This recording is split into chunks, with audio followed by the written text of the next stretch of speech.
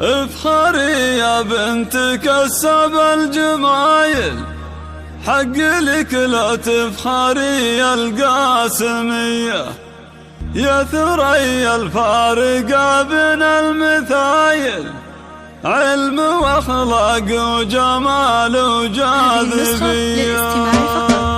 افخري يا بنت كسب الجمايل، حق لك لا تفخري يا القاسمية، يا ثريا الفارقة بين المثايل، علم واخلاق وجمال وجاذبية. لك ابارك واهدي بيوت الجزايل، يوم نلت الدكتوراه والفرحة حية، الف مبروك وافرحي وشك زايل، بالشهادة العالية يجمل بنية. بالتعب جاتك وتشهد لك فعايل، والعزيمة والسهر والمعنوية، لكلية الشريعة بالدلايل، تشهد وتشهد بالهمة القوية. عن حقوق المرأة في الإسلام كانت الرسالة والدراسة يا الوفية. عام 42 بين الأوائل، صرتي بصف الصدارة يا ثريا، أنت بنت شامع الرب الفعايل، وسليمان الكفو جزل العطية. يا عسى مثواه في أعلى المنازل، في الجنان بصحبة الهدي النبية، وتزي بإخوانك رجال الصمايل، هم حزامك واسندك بين البرية. يا كبر فرحة خواتك الأصايل، كلنا تبارك لك الفرحة الهنية، والحبايب باركوا والحفل حافل، ومحكم تهدي لك القافة هدية. يا من القاسم لكم بين القبايل، هبة وعزة وأمجاد علية، مجدكم شامخ شموخ جمال حايل، يا من واختار خصوم بكل هيا. افخري يا بنت كسب الجمايل، حق